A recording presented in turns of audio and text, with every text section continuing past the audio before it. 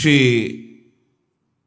पाद रघुनाथ दास जी गोस्वामी का पीछे आप चरित्र सुन रहे थे, उसके बीच का प्रसंग है कि इधर से वो तो चलने की प्रबल लालसा, और इधर जगन्नाथपुरी में महाप्रभु का बहुत यश फैल रहा था,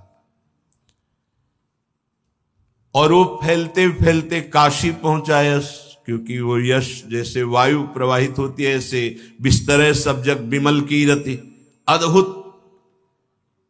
तो जो कीर्तिमान जन है वो जब महत्पुरुषों की कीर्ति सुनते हैं तो एक दोष ऐसा है जिसको त्यागना बहुत कठिन कहा गया है। कंचन तजना सहज है, सहज तिया का ने, पर मान बड़ाई ईर्ष्या दुर्लभ तजना है। कोई स्त्री त्यागी हो सकता है, अर्थात काम भोग विजयी हो सकता है, कोई कंचन त्यागी हो सकता है, अर्थात वित्त तृष्णा पर विजय प्राप्त कर सकता है, पर ईर्ष्या का, प्रतिष्ठा का त्याग करना बहुत कठिन बात होती है। तो श्री पाद प्रबोधानंद जी जो वृंदावन में हिमामृत की रचना करने वाले हैं, इनका नाम था प्रकाशानंद जी महाराज। ये बहुत अद्भुत विद्वान, शास्त्रों के बड़े ज्ञानी। जब इन्होंने सुना कि सार्वभौम भट्टाचार्य जी एक थे, बहुत बड़े विद्वान थे वो, ऐसे एक बार कोई ग्रंथ सुना दो केवल, उनको कंठस्थ हो गया, तो उनकी भी बड़ी। तो जब उन्होंने ये सुना कि सार्वभौम भट्टाचार्य चैतन्य महाप्रभु के शरणागत हो गए, तब उनको असहनीय हो गया महाप्रभु का यश, कि दंडी सन्यासी जो कृष्ण कृष्ण कह के नृत्य करते हैं, कोई वेदांत चर्चा नहीं करते बैठ करके, कोई विद्वत सभा में नहीं बैठते हैं, और इतना बड़ा विद्वान सार्वभौम भट्टाचार्य उनकी घुटने टेक करके शरणागत हो गए, पचा नहीं उनको, और यश तो फैल ही रहा था। सार्वभौम भट्टाचार्य की प्रतिभा को वो जानते थे, उनके पांडित्य को जानते थे, तो उन्हें आश्चर्य हुआ कि नवीन अवस्था का युवक, ये श्री कृष्ण चैतन्य सन्यासी कितना विद्वान है, कितना ज्ञानी होगा, ऐसा कैसे हो सकता है। सार्वभौम भट्टाचार्य शरणागत हो गए।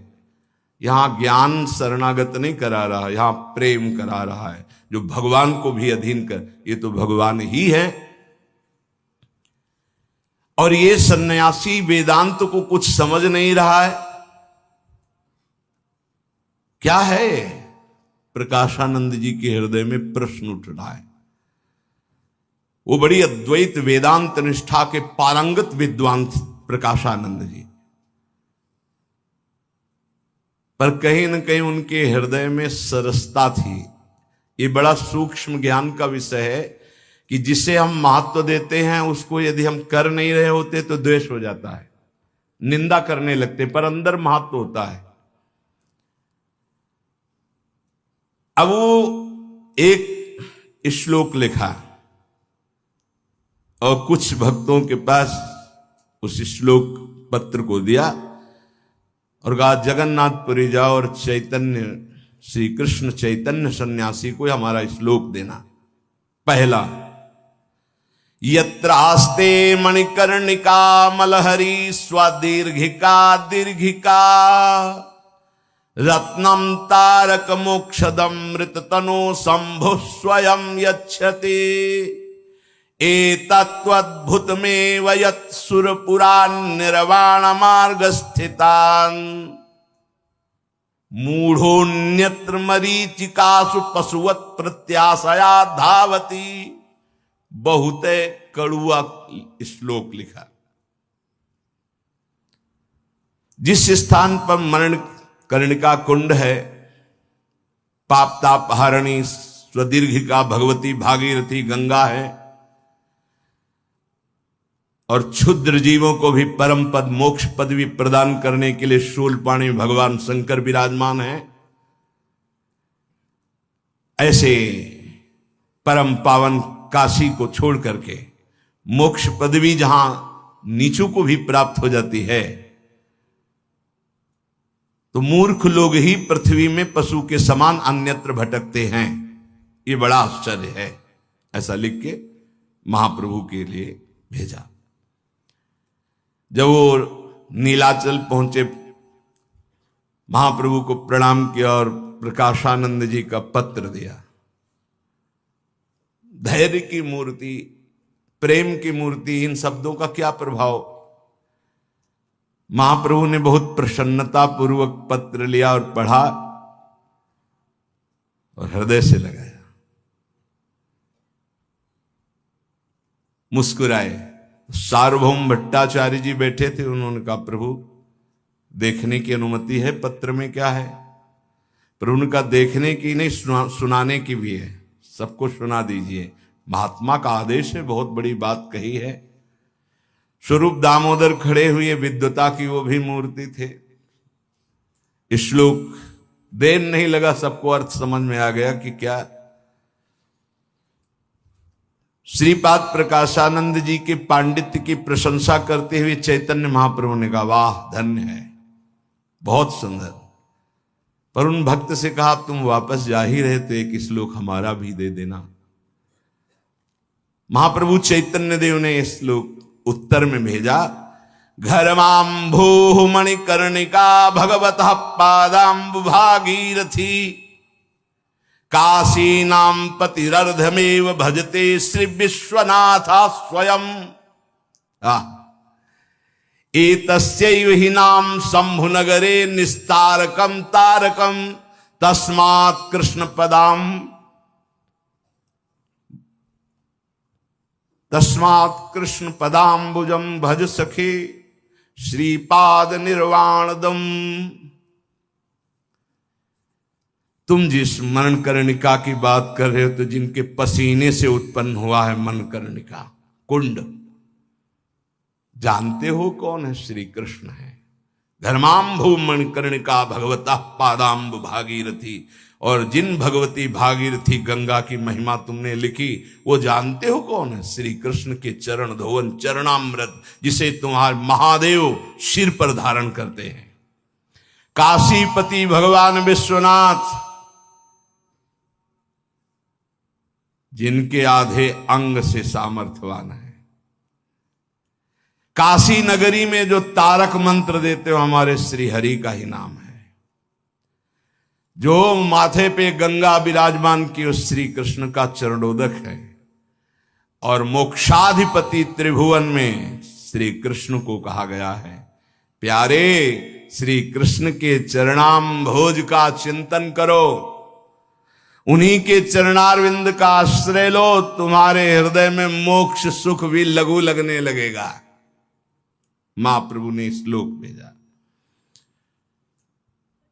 प्रकाशानंद स्वामी जी ने जब इस श्लोक पढ़ा, थोड़ी देर तो ऐसा लगा जैसे किसी ने झकझोर दिया पूरे हृदय को। फिर कहा हाँ विद्वान तो हैं ही ना, ऐसा अंदर के भाव को छुपाते हुए बाहर से फिर एक श्लोक लिखा। महाप्रभु का एक नियम था कि जब सामने प्रसाद कह के रख दिया जाता था तो चाहे 25 सब्जी हो, 25 प्रकार का पदार्थ हो, पदार्थ न देखकर प्रसाद भाव से पाते थे। और ये किसी गुप्त भक्त ने उनके बताया कि वो सन्यासी होकर 25 प्रकार का पदार्थ, क्योंकि महाप्रभु का यह था कि प्रसाद भगवत स्वरूप होता है और उसको तत्काल पाना चाहिए, बिना ये विचार के कि पकवान है कि कच्चा है कि पक्का, ये सब नहीं।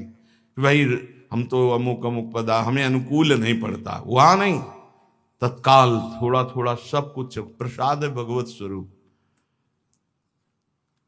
कल एक उपासक कह रहे थे, अच्छे वैष्णव हैं, कि जब हम कुछ पाते हैं तो हमारे अंदर भजन की तरंगें रुकने लगती है। तुम का कुछ क्यों पाते हो? निषेध है, कुछ नहीं पाना चाहिए। बोले जीने के लिए तो पाना है, तो प्रसाद क्यों नहीं पाते? तो नहीं वही प्रसाद तुमका कुछ क्यों बोले? आप उसे कुछ की तुलना में रख रहे हो भगवत प्रसाद को। अच्छा, प्रसाद पाने के बाद भजन की तरंगें बढ़ती कि घटती है? तो यहां तक गले तक ठांस के क्यों पाओ? प्रसाद है, अल्प पाओ, देखो भजन बनता है कि नहीं बनता। जब प्रसाद मिले तो बिना विलंब किए पहले उसे मुख में डालना चाहिए। ये सिद्धांत है। प्रसाद रख दो, थोड़ी देर बाद ये अपमान है प्रसाद, लाओ लाओ माथे पे लगाओ, पहले प्रणाम करो और किनका मुख में, अगर बिल्कुल समय नहीं तो किनका मुख में डालो, बाद में भरपेट पाना, अभी पहले मुख में डालो। प्रसाद का तत्काल सम्मान, जो महाप्रसाद का सम्मान करते हैं उनको भगवत प्राप्ति होती है। महाप्रसाद का, चरणामृत का, वैष्णव का, श्री विग्रह का, गुरु मंत्र का, ये बिल्कुल हृदय में रख लो, भगवत स्वरूप है, इन पर कभी संशय नहीं हो। इसलिए प्रसाद में बढ़िया या रूखा सूखा ये नहीं देखा जाता। जो प्रसाद में प्रभु सब थोड़ा थोड़ा प्रसाद रूप में पाते थे। सन्यास नियम को जानने वाले प्रकाशानंद जी, उनको जब ये पता चला तब उनको लगा कि सन्यासी को तो भिक्षान्न पाना चाहिए, वो भी सूखा। ये 25 प्रकार की सब्जी, ये सब विविध प्रकार के रसों का जो पृथक पृथक स्वाद ले, अच्छा उनको रस दिखाई दे रहे, महाप्रभु प्रसाद पा रहे। अब भक्तजन प्यार से ऐसे समर्पित करते, थोड़ा थोड़ा महाप्रभु पा लेते। 50 भक्त ऐसे कि महाप्रभु हमारा किनका पावे। जैसे गौड़ देश से सब जगन्नाथपुरी जाते तो कई लोग एक साथ निमंत्रण देते कि महाप्रभु पावे, महाप्रभु पाते। तो 25 प्रकार की भोग सामग्री जो प्रभु को भोग लगाई गई वो, और जगन्नाथ जी का भोग तो आता ही, प्रसाद आता ही। अब वो सन्यास धर्म के अनुसार मस्तिष्क प्रधान प्रकाशानंद जी को अवसर मिल गया। अब वो क्या जाने कि महाप्रभु की स्थिति क्या है। स्थिति में जो पहुंचे हुए महापुरुष हैं वो तो अवतार हैं, उनके ऊपर साधनात्मक नियम नहीं देखे जाते कि साधक को अगर साधना देखनी है तो भगवत प्राप्ति की साधना करने वाले की देखो। जो भगवत प्राप्त हो गए वहां साधना नहीं, वहां स्थिति होती है। अब वो स्थिति से बालवत विचरण करते हैं, तुम कैसे अंदाज लगा पाओगे। उन्होंने एक बड़ा कठोर श्लोक लिख के भेजा महाप्रभु चैतन्य देव को। पहले श्लोक के बाद झकझोर तो गए थे और कहा भी बहुत विद्वान हैं, पर वो हृदय बर्दाश्त नहीं कर पा रहा था। विश्वामित्र पराशर प्रभृतयो वाताम्बुपर्णा सनास्तेपि स्त्री मुख पंकजम सुललितम दृष्टैव मोहम गता शाल्यन्नम सघृतम पयोदधियुतम भुंजन्ति ये मानवास्तेषामिन्द्रिय निग्रहो यदि भवेद विंध्यस्तरेत सागरम। लिख के भेजा कि विश्वामित्र पराशर और बड़े बड़े ऋषि